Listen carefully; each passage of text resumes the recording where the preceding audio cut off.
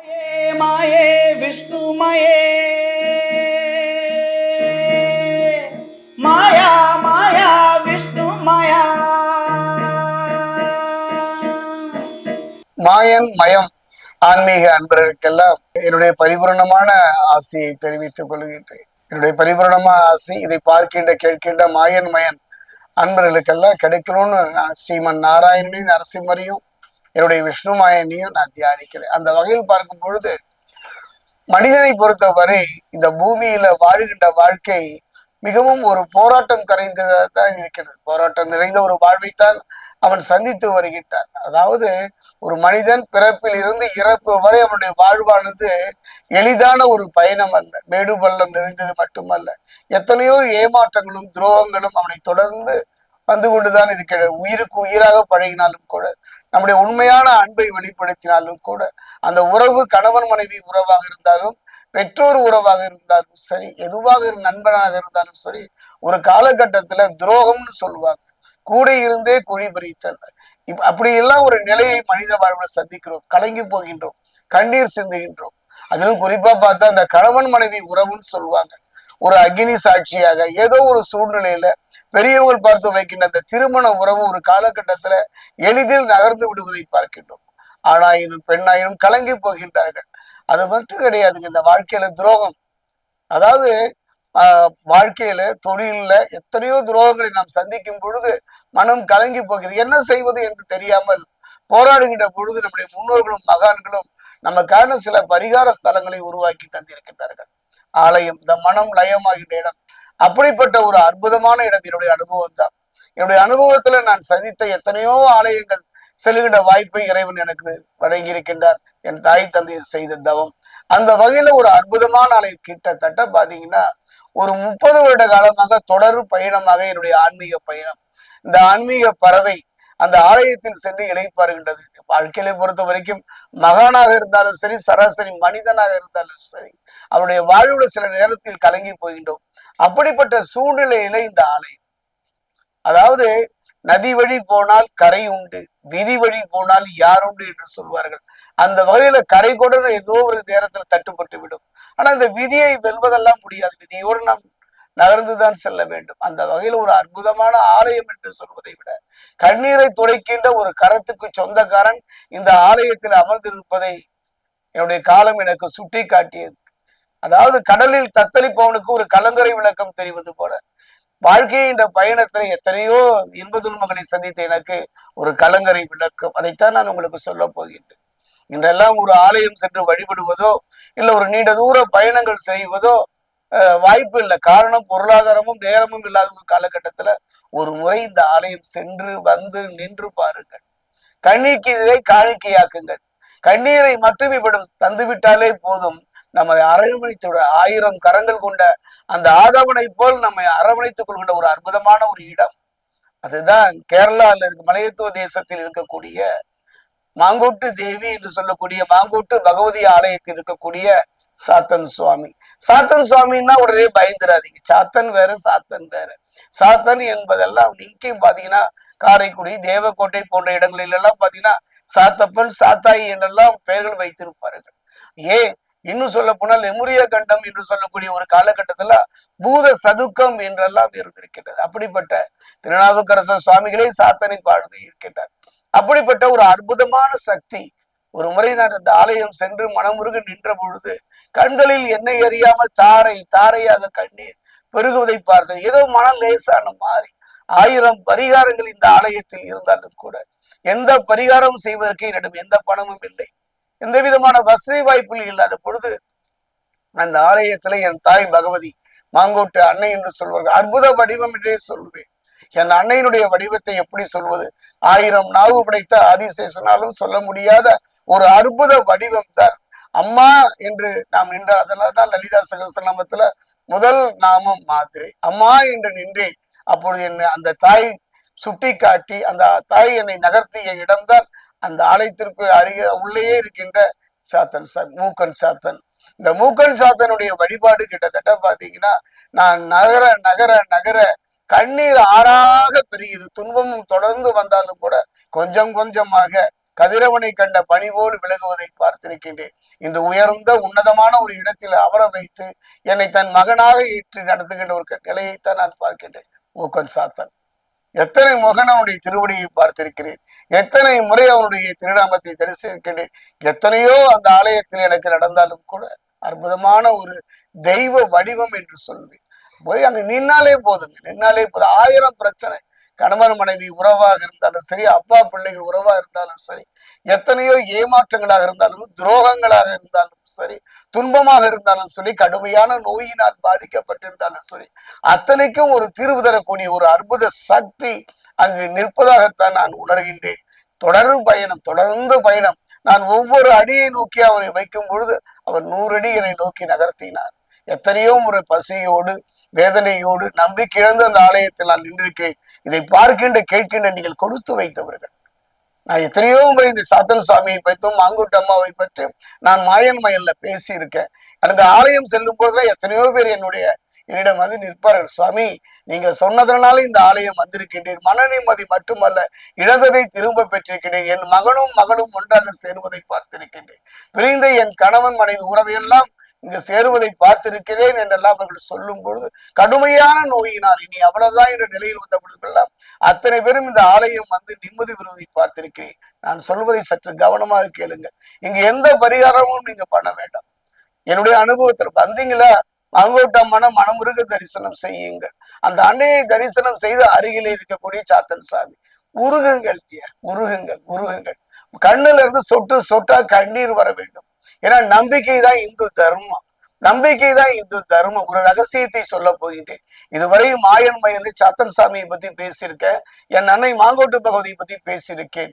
அலைந்து தேடினேன். என் மனதுக்குள்ள ஒரு எண்ணம், சாத்தன் சாமி உன்னை எப்படி வழிபடுவது கூட எனக்கு தெரியலையே மூக்கா என்று அவரிடம் கவனமுருகிய பொழுதுதான் என்னுடைய நண்பர் ஒருவர், கிட்டத்தட்ட அந்த தாந்திரிகத்திலையும் மாந்திரிகத்திலையும் உச்சம் தொட்ட ஒரு நண்பர், அவரை சந்திக்கின்ற ஒரு சந்தர்ப்பம். அவரை சந்திக்கும் பொழுது அவருடைய பிரச்சனையை சொன்னார். காரணம் என்ன, ஒரு மருத்துவருக்கு ஏதோ உடல் ரீதியா பாதிக்கப்பட்டால் கூட அவரே மருத்துவம் செய்து கொள்வதை விட அருகில் உள்ள இன்னொரு மருத்துவர் அவருக்கு உதவி செய்வதை போலத்தான் இது. அந்த வகையில் பார்க்கும் பொழுது அவர் கூறினார், என் தாய் கடுமையாக பாதிக்கப்பட்டு விட்டார், என்ன செய்வதென்றே புரியவில்லை, எத்தனையோ மந்திர தந்திர பூஜைகளை எல்லாம் செய்து பார்த்து விட்டேன் என்று அவர் கதறிய பொழுது என் அன்னை பிரத்யேகராவி விஸ்வமாயினை நினைத்து அந்த காலகட்டத்துல கிட்டத்தட்ட 10-15 வருடத்துக்கு முன் அவருக்கு நான் செய்த உதவி அவர் தாய் பிழைத்து எழுந்து விட்டார். அந்த நன்றிக்கு அவர் என்னிடம் வந்து நின்ற பொழுது, ஒன்னும் வேண்டாங்க, நல்லா இருந்தா போதும் என்று கூறி அதை நினைவில் வைத்துக் கொண்டு ஒரு முறை அவரை சந்திக்கின்ற ஒரு சந்தர்ப்பம்.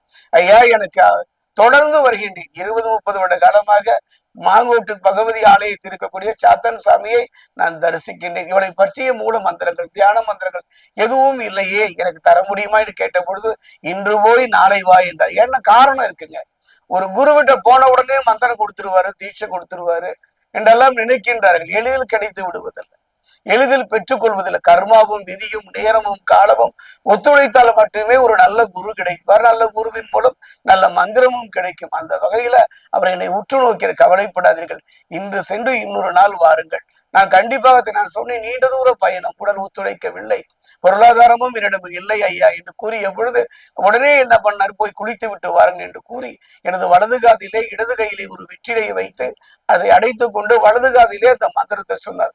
என்ன சொல்வது, இழந்ததை திரும்ப பெற்ற மாதிரி. ஒரு பசு ஒரு கூட்டத்திலே ஒரு பசுவை, ஒரு தாய் பசுவை ஒரு கன்று இழந்து நகர்ந்து விட்டது, தாய் பசுவை தேடுகின்றது, கதறுகின்றது. இந்த குரல் எப்படி அந்த பசுக்கு கேட்ட, ஓடி வந்தவுடன் அம்மா என்று நெருங்குவதை போல, அந்த பசுவின் பாசத்தை போல என் மனம் நெகிழ்ந்து போய்விட்டது. அந்த மந்திரம் அற்புதமான மந்திரம்.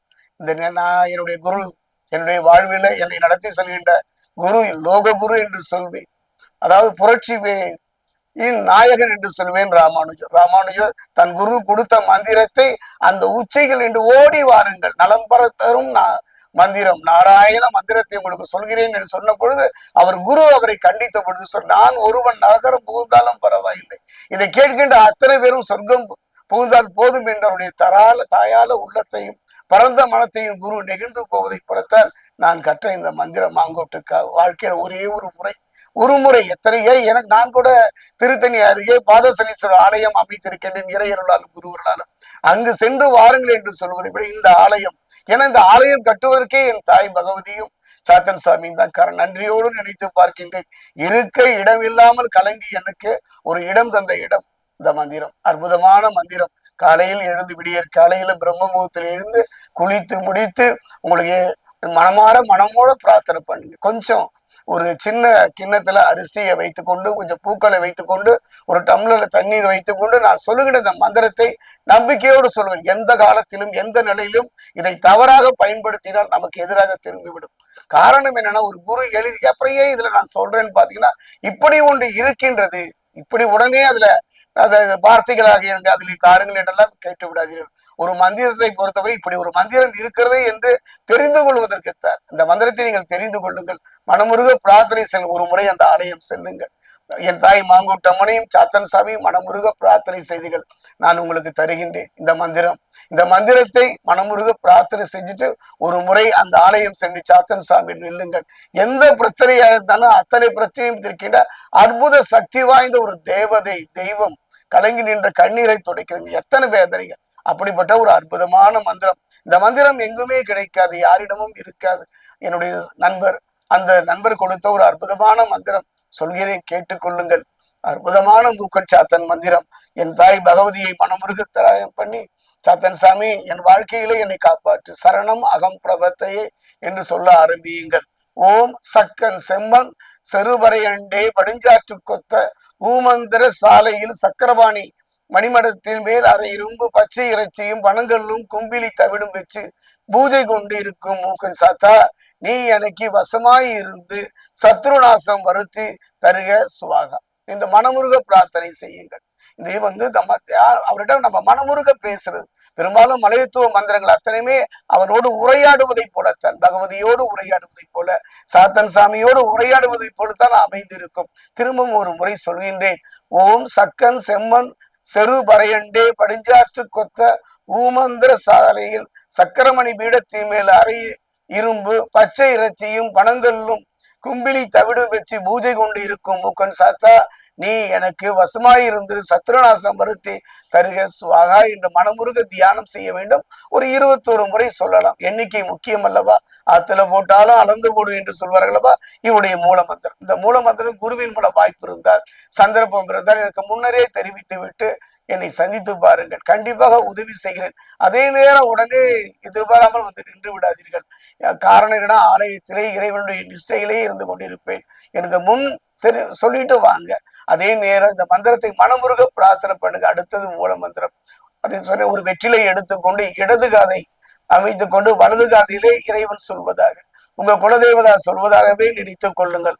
ஓம் மூக்கா மூக்கா பிரம்ம மூக்கா ஈஸ்வர மூக்கா மூக்கா மூக்கா சர்வ மூக்கா மூக்கன் சாத்தான் சரணம் என்று இந்த மகா மந்திரத்தை சொல்லிக்கொண்டே இருக்கலாம். நம்பிக்கையோடு சொல்லுங்கள்.